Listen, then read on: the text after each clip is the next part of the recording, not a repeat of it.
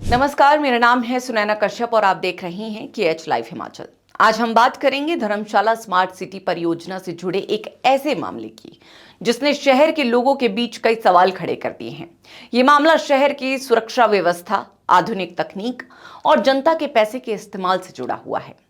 जानकारी के मुताबिक धर्मशाला को सुरक्षित और हाईटेक बनाने के लिए स्मार्ट सिटी परियोजना के तहत लगभग 33 करोड़ रुपए खर्च किए गए।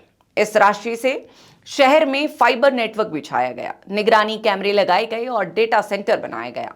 लेकिन करोड़ों रुपए खर्च होने के बावजूद ये पूरी व्यवस्था अपने मूल उद्देश्य को पूरा नहीं कर पा रही।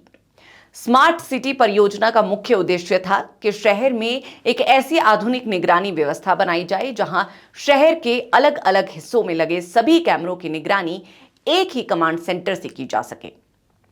इससे पुलिस और प्रशासन को किसी भी घटना पर तुरंत नजर रखने और समय रहते कार्रवाई करने की मदद मिलती।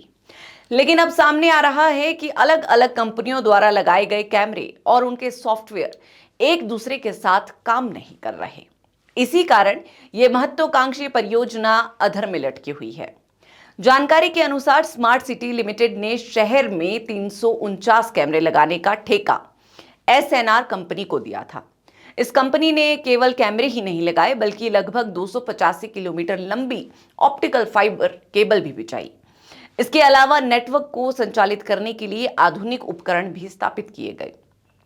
इन कैमरों को चलाने के लिए कंपनी ने ई-वाहन नाम के सॉफ्टवेयर का उपयोग किया। ये पूरा सिस्टम शहर की निगरानी और यातायात व्यवस्था को बेहतर बनाने के उद्देश्य से तैयार किया गया था। दूसरी ओर पुलिस विभाग ने भी स्मार्ट सिटी फंड का इस्तेमाल करते हुए शहर के संवेदनशील इलाकों में अतिरिक्त CCTV कैमरे लगाने का फैसला किया। इसके लिए चामुंडा कॉरपोरेशन नाम की कंपनी को जिम्मेदारी सौंपी गई। कंपनी के अनुसार उसने शहर में 226 अतिरिक्त कैमरे लगाए।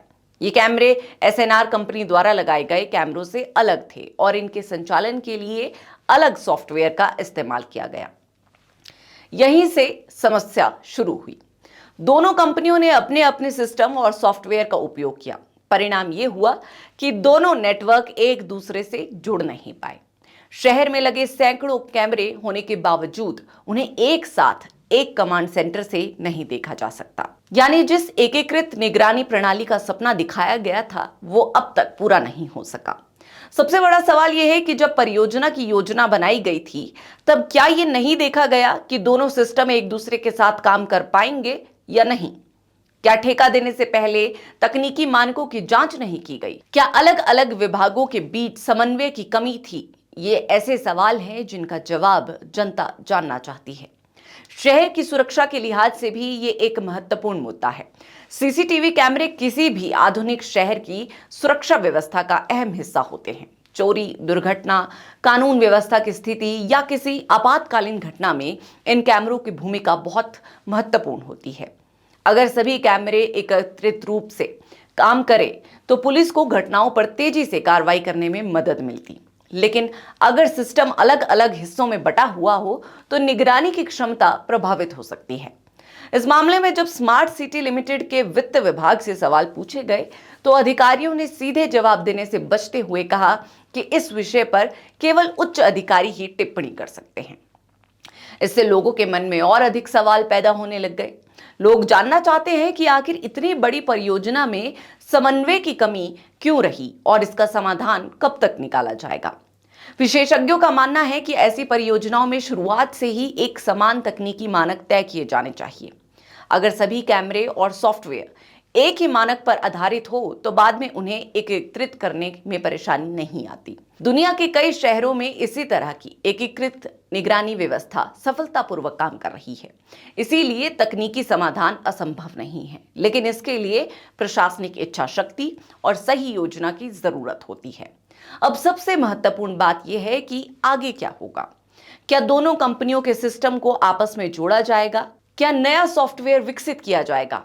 क्या अतिरिक्त खर्चा करना पड़ेगा और अगर अतिरिक्त खर्च होता है तो उसका बोझ कौन उठाएगा? इन सवालों के जवाब आने वाले समय में सामने आ सकते हैं। फिलहाल शहर के लोग यही उम्मीद कर रहे हैं कि संबंधित विभाग इस समस्या का जल्द समाधान निकालेंगे ताकि जनता के पैसे से बनाई गई ये व्यवस्था पूरी क्षमता के साथ काम कर सके और धर्मशाला वास्तव में एक स्मार्ट सिटी और सुरक्षित शहर बन सके। बहरहाल इस पर आप सभी की क्या राय है, कमेंट सेक्शन में जरूर बताएं और चैनल को सब्सक्राइब करना ना भूलें।